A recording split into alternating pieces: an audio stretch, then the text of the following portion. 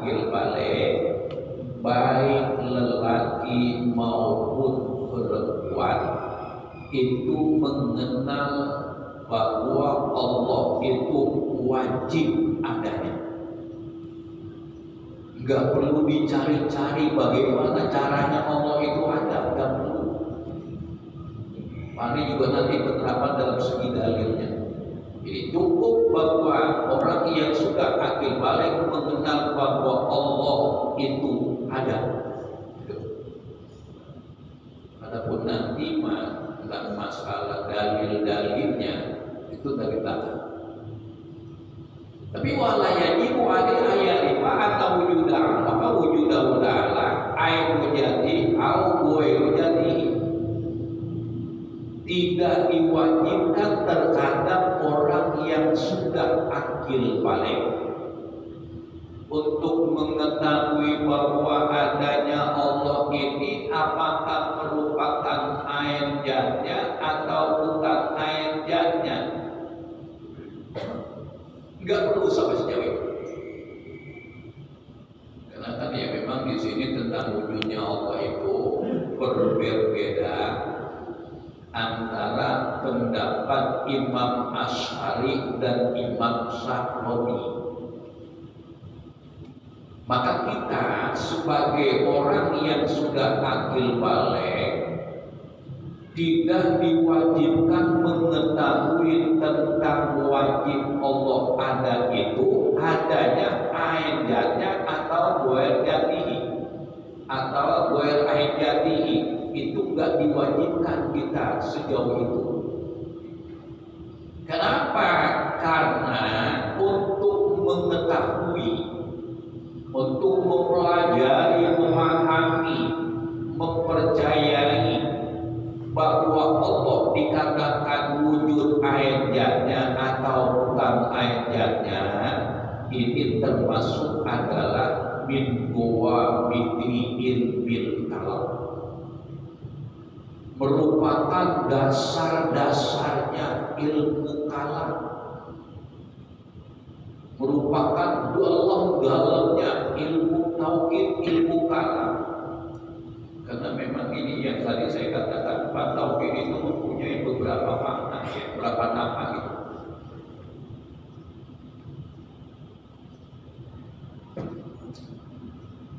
Ada yang menamakan pan ini pan tauhid.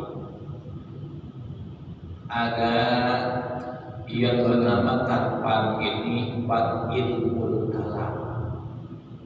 Ada juga yang menamakan pan ini pan usul. Masing-masing yang menamakan nama-nama tersebut mempunyai alasan sendiri-sendiri. Yang mengatakan pan ini disebut pan tauhid karena di dalam masalah membahas sifat-sifat yang wajib pada Allah ini selalu menceritakan tentang keesaan Allah, keesaan Allah, keesaan Allah. Maka pantas ilmu ini dinamakan pan tauhid karena yang dibahas itu adalah tentang keesaan Allah, keesaan Allah, keesaan Allah. Yang menamakan pan ini disebut ilmu kalam karena manakala kita mengaji yang namanya pan ini itu harus banyak berbicara agar supaya mustami atau para pendengar bisa memahami, agar supaya pendengar bisa menghafalkan. Maka disebutlah pan ini ilmu kalam, ilmu ngomong. Jadi untuk membahas tentang masalah sifat-sifat yang wajib pada Allah ini kudu benar-benar banyak berbicara. Sampai lagi nanti kalau sudah membahas di dalam masalah yang namanya sifat wahdaniyah, esa Allah pada jatnya, esa Allah pada sifatnya, esa Allah pada perbuatannya, itu nanti adanya di mana sifat wahdaniyah. Apa arti kata sifat, apa esa Allah pada zatnya, apa arti kata sifat, apa esa Allah pada sifatnya, apa arti kata esa Allah pada perbuatannya, itu nanti akan kita ketemukan di mana sifat wahdaniyah. Jadi yang makanya ulama menamakan pan ini adalah pan ilmul kalam, karena memang di dalam mengaji pan tauhid ini kita perlu banyak benar-benar berbicara agar supaya yang mengaji dapat memahami. Kalau sudah dapat memahami, kemudian dia bisa mengamalkan. Kalau memang sudah bisa mengamalkan, maka dia termasuk adalah orang yang benar-benar mukmin sejati. Kalau sudah dikatakan mukmin sejati, maka pasti kembalinya nanti di alam akhirat ditempatkan di mana surga. Memang itu yang kita cari-cari. Ya. Emang itu yang kita harapkan. Manusia itu cuma dua kelompok, mukmin kafir, kafir mukmin. Kafir dengan mukmin tidak berbeda, nggak sama. Apa itu di dalam Al-Quran? Allah menanyakan, hal yastawil ladina aman wal ladina amin. Lagi ngaji mulai dari Quran susah.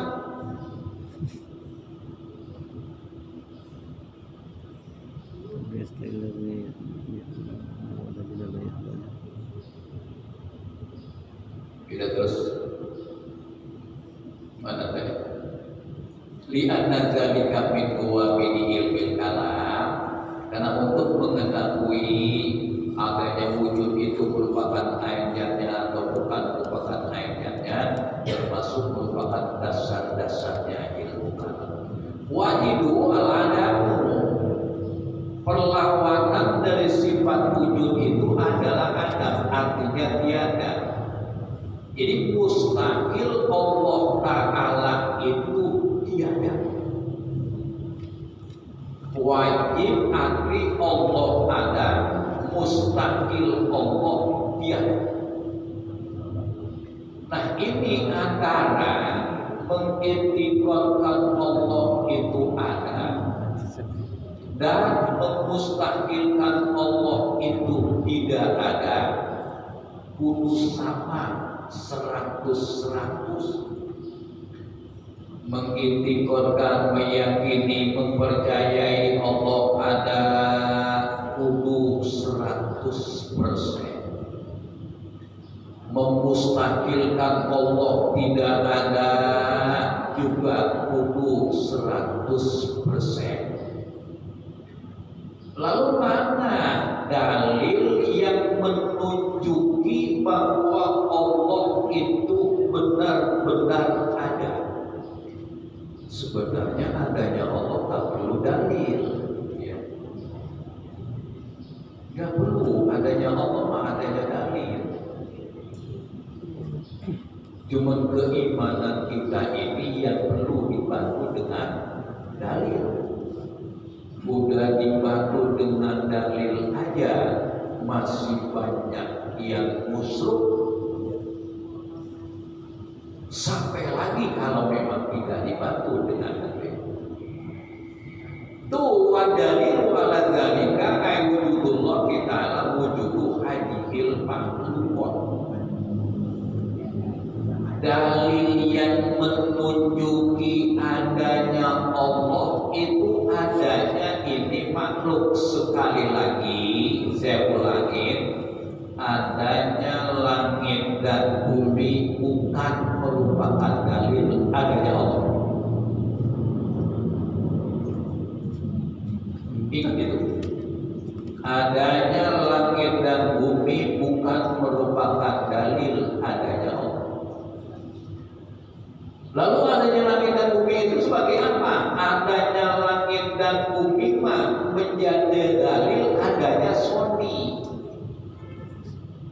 artinya adanya yang menciptakan. Karena langit dan bumi ini ada bukan ada dengan sendirinya. Dan di depan ini jelaskan. Tapi adanya langit dan bumi merupakan petunjuk atau dalil adanya yang menciptakan. Wajib kita mengiktikan adanya langit dan bumi itu ada yang menciptakan. Bal'am bin Ba'ura yang hidup di zaman Nabi Musa, itu dia pada saat-saat belum menjadi kufur, tidak pernah kurang manusia yang mengaji kepada Bal'am bin Ba'ura setiap hari paling sedikit 12.000 orang yang ngaji. Sama Bal'am bin Ba'ura, beda dengan jamaah Masjid Al-Barqah. Ini mah bicara Bal'am bin Ba'ura. Tidak pernah kurang dia muridnya yang mengaji setiap hari itu dari 12.000 manusia. Tapi akhirnya kenapa dia menjadi penghuni neraka selama-lamanya? Itu penyakitnya kecil. Dia cuma tidak mengatakan bahwa alam ini tidak ada yang menciptakan. Al-alam laisa lahu sani, kata dia. Alam ini gak ada yang menciptakan. Itu gara-gara ngomong segitu, maka dia termasuk adalah dicabut keimanannya, akhirnya menjadi seorang yang kafir. Na'udzubillah min dzalik, summa na'udzubillah min dzalik. Makanya saya suka ngomong di jamaah-jamaah, seorang kiai yang sukses, seorang ustadz yang benar-benar berhasil, bukan karena banyak muridnya, bukan karena banyak pengajiannya. Karena kalau berbicara banyak murid dikatakan sukses, Bal'am bin Ba'ura 12.000 lebih anak murid. Barsisot, anak muridnya bisa jalan di awan-awan, tapi kenapa menjadi penghuni neraka? Jadi yang banyak muridnya belum tentu sukses. Kiai yang banyak jamaahnya belum tentu sukses, belum tentu berhasil. Tapi justru kiai yang berhasil itu yang bisa memberikan anak muridnya ada rasa takut kepada Allah, ada rasa takut kepada Allah. Apa yang disampaikan oleh seorang guru, dia benar-benar menghayati, benar-benar dia memperhatikan apa yang disampaikan oleh seorang guru, sehingga dengan adanya penyampaian seorang guru tambah dia merasa takut kepada Allah. Kalau orang yang sudah benar-benar merasa takut kepada Allah, maka yang selalu dia ingat itu adalah kebesaran Allah dan kekecilannya kita ini. Man arifa nafsah arifa rabbah. Siapa orang yang mengenal dirinya, maka dia pasti akan mengenal Tuhannya. Itulah orang yang sukses, Pak, kiai yang berhasil, Pak, yang bisa menambahkan rasa takut si murid kepada Allah. Tapi kiainya sekarang yang model mana yang itu, yang bisa memberikan adanya nilai tambah rasa takutnya si murid setelah ngaji, takut kepada Allah,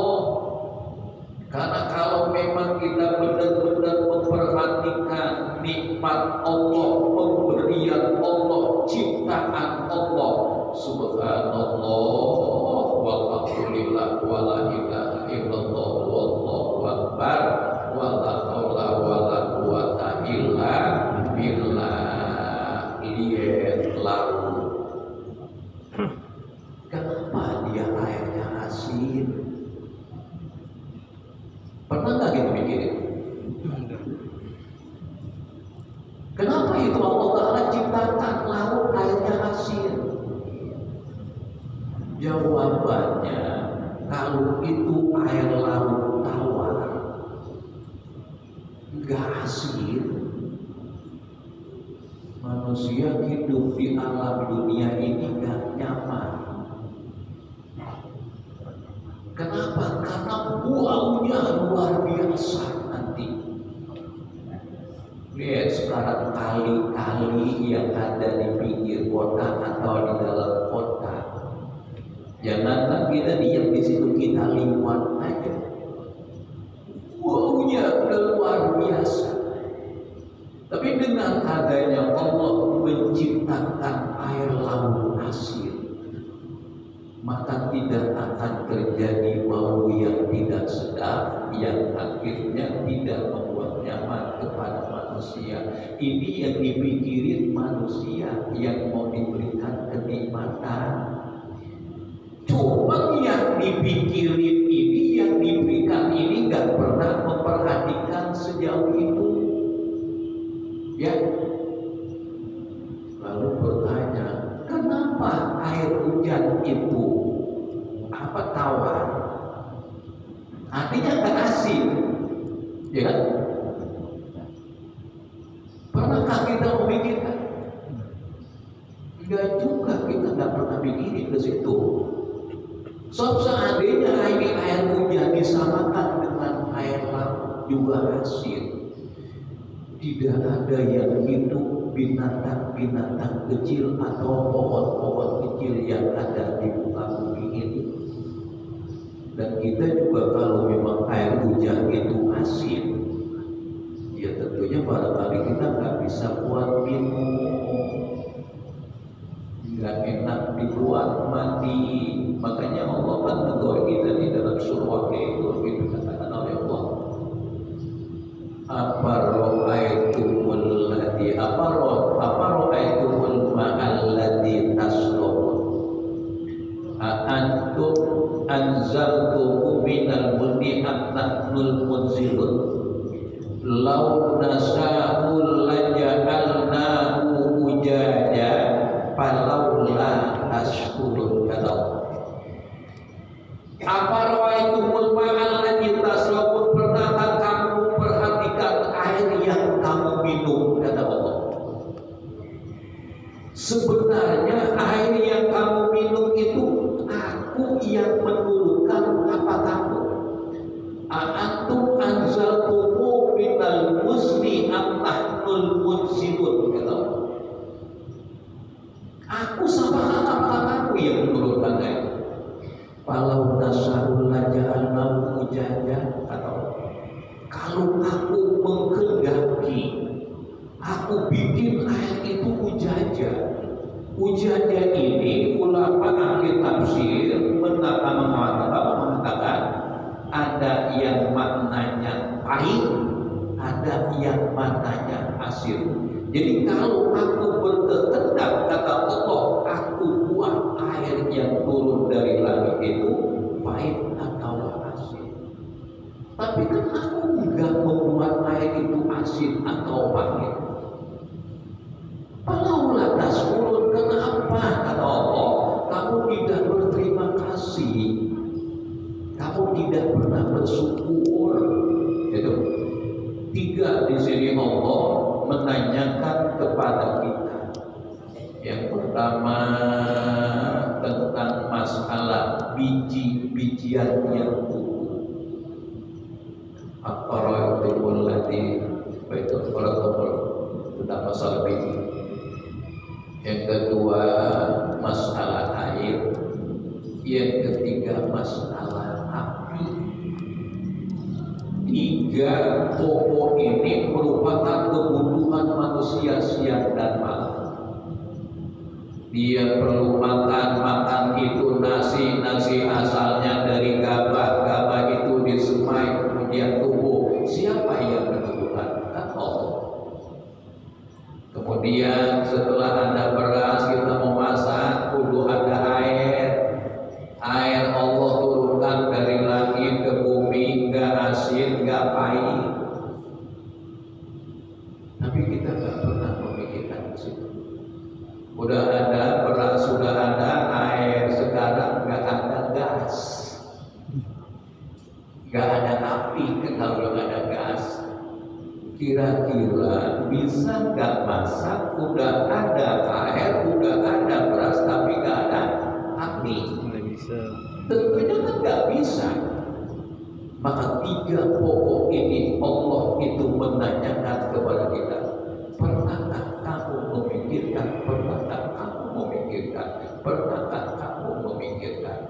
Setelah kita sadari, maka kita banyak-banyak mengucapkan istighfar. Astagfirullahaladzim, ya Allah, kita salah dulu, menjalankan salah dosa. Makanya banyak-banyak istighfar.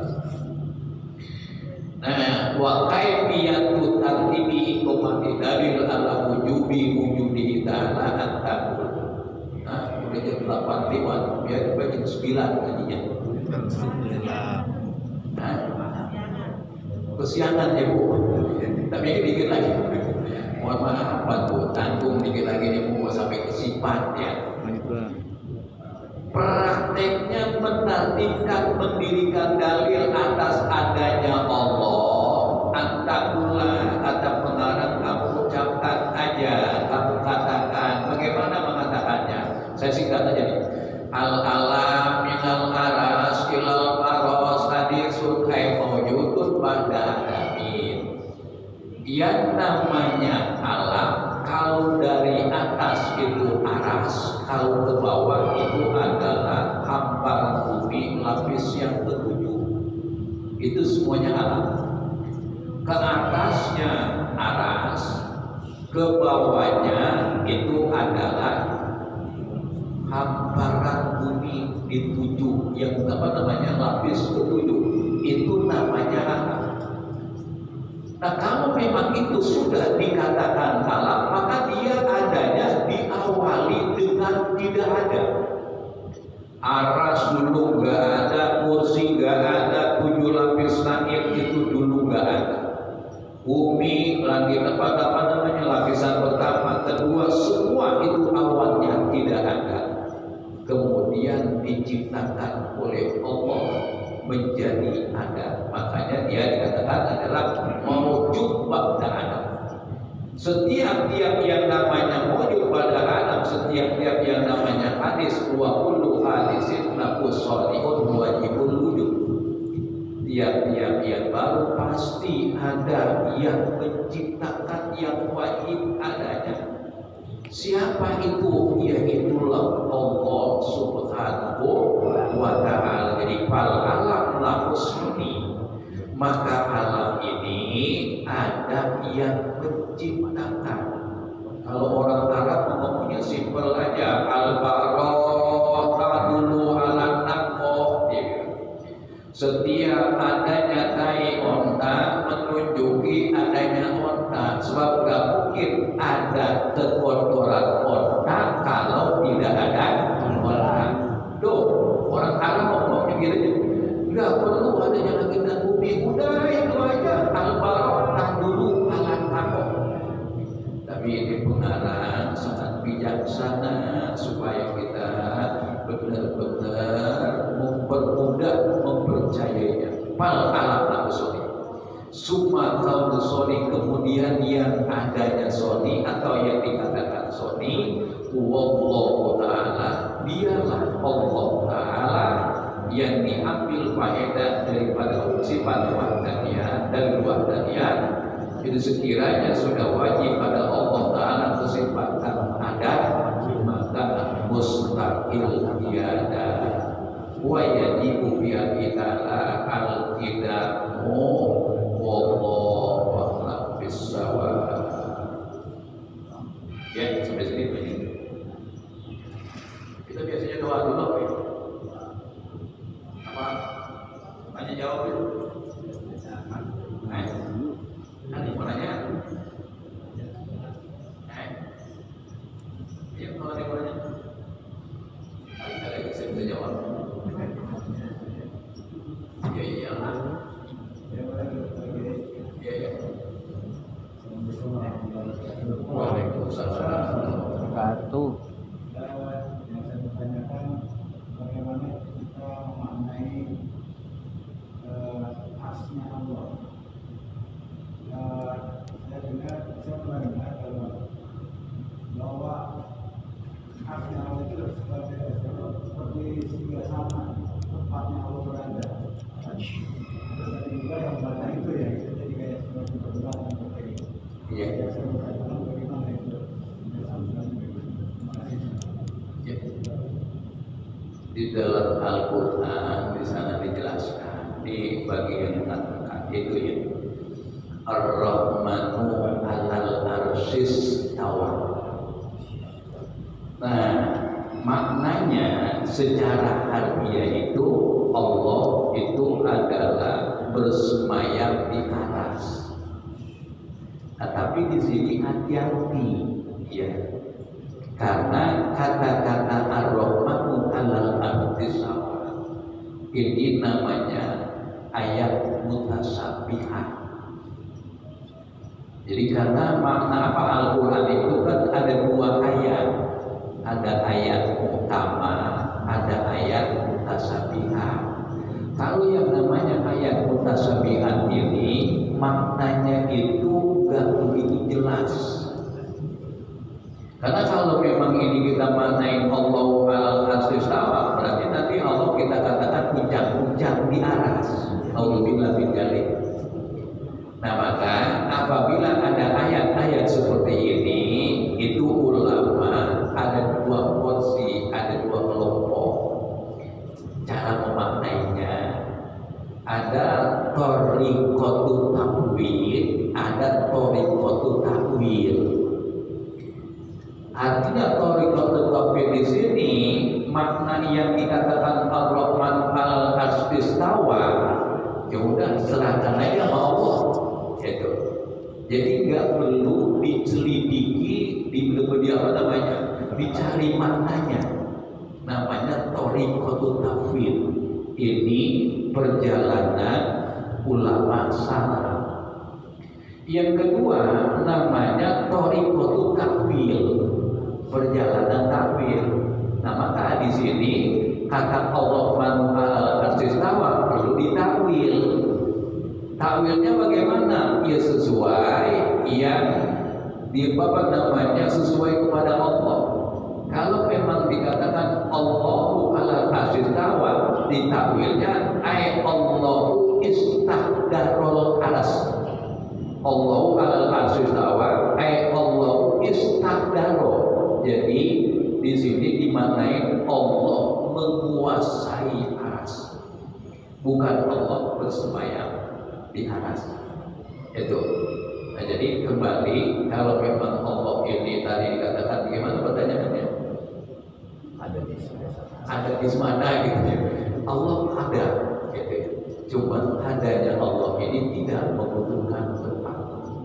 Yang paling penting kita jangan memikirkan Allah adanya di mana, tapi yang paling penting kita mengiktirkan Allah itu ada.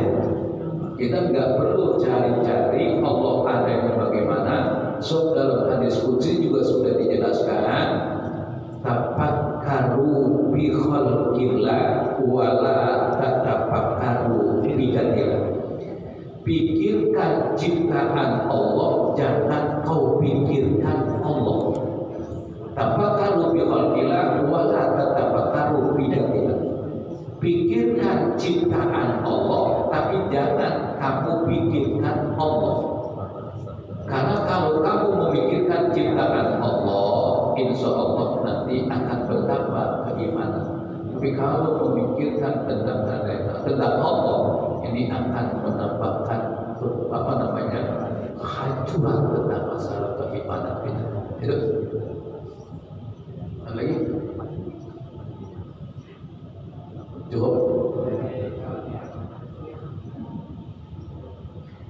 Bismillahirrahmanirrahim.